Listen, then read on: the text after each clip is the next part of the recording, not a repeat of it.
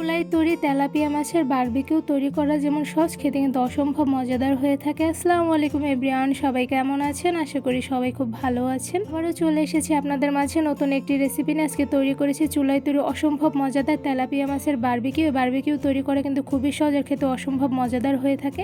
এই অসম্ভব মজাদার চুলায় তৈরি তেলাপিয়া মাছের রেসিপিটা আশা করি আপনাদের কাছে খুব ভালো এবং সহজ মনে হবে। তো দেরি কিসে, চলুন এই অসম্ভব মজাদার মাছের বারবিকিউ তৈরির ফুল রেসিপিটি দেখে নেই। তেলাপিয়া মাছের বারবিকিউ তৈরি করার জন্য প্রথমে আমি এখানে 3টা তেলাপিয়া মাছ নিয়ে নিয়েছি। আর মাছগুলো কিন্তু খুব ভালোভাবে ধুয়ে উপর থেকে আমি কেটে নিয়েছি যাতে মশলাগুলো খুব ভালোভাবে ঢুকে যায়। তো এরপর যে মাছগুলো আমি ম্যারিনেট করার জন্য কিছু মশলা দিয়ে মেখে নেব। তো এখানে প্রথমে দিয়ে দিচ্ছি আদা বাটা, এখানে আদা বাটা দিয়ে দিচ্ছি 1 টেবিল চামচ। সাথে দিয়ে দিচ্ছি রসুন বাটা, এখানে রসুন বাটাও দিয়ে দিচ্ছি 1 টেবিল চামচ। এবার দিয়ে দিচ্ছি জিরা গুঁড়া, এখানে জিরা গুঁড়া দিয়ে দিচ্ছি 1 টেবিল চামচ। দিয়ে দিচ্ছি ধনিয়া গুঁড়া 1 টেবিল চামচ। আর দিয়ে দিচ্ছি লাল মরিচের গুঁড়া 1 টেবিল চামচ। সাথে দিয়ে দিব গোলমরিচের গুঁড়া 1 টেবিল চামচ। এবার দিয়ে দিচ্ছি লবণ, এখানে লবণ দিয়ে দিচ্ছি 1 টেবিল চামচ, আপনারা আপনাদের স্বাদ মতন দিয়ে দিবেন। সাথে দিয়ে দিচ্ছি সয়া সস, এখানে সয়া সস দিয়ে দিচ্ছি 2 টেবিল চামচ। দিয়ে দিচ্ছি টক দই, এখানে ফেটানো টক দই দিয়ে দিচ্ছি 2 টেবিল চামচ। এবার হাতের সাহায্যে মাছের সঙ্গে সবগুলো উপকরণ খুব ভালোভাবে মেখে নিব।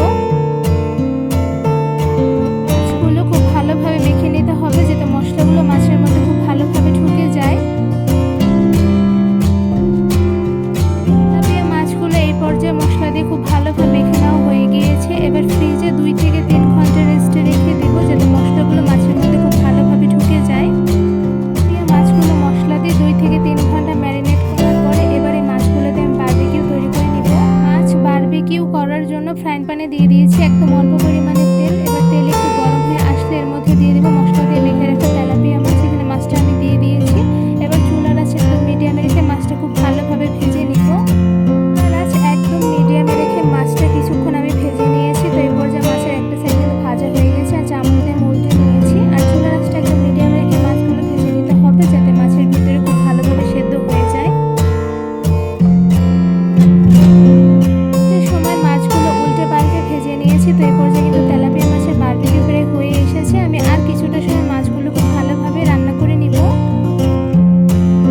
বেশ কিছুটা সময় চুলার আঁচ মিডিয়ামে রেখে মাছ বারবিকিউ করে নাও কিন্তু হয়ে গেছে, দেখতেই পাচ্ছেন প্রপারলি বারবিকিউ হয়ে গিয়েছে। এবার মাছটা আমি তুলে নিচ্ছি। এবার সেম প্যানে বাকি মাছ দুটো দিয়ে আমি একদম মিডিয়াম আঁচে মাছগুলো বারবিকিউ করে নিব। মাছের একটা সাইড খুব ভালোভাবে ভাজা হয়ে গিয়েছে। এ পর্যায়ে মাছগুলো আমি উল্টে দিচ্ছি। মাছ বারবিকিউ করার সময় একদম মিডিয়াম আঁচে বারবিকিউ করে নিলে সেই ক্ষেত্রে মাছগুলো কিন্তু পুড়েও যায় না, সাথে ভিতর থেকে খুব ভালোভাবে সেদ্ধ হয়ে যায়। তো এই পর্যায়ে সবগুলো মাছ আমার বারবিকিউ করা হয়ে গিয়েছে। এবার মাছগুলো আমি একটা বাটিতে তুলে নিব। সহজভাবে অল্প কিছু ঘন উপকরণ দিয়ে তৈরি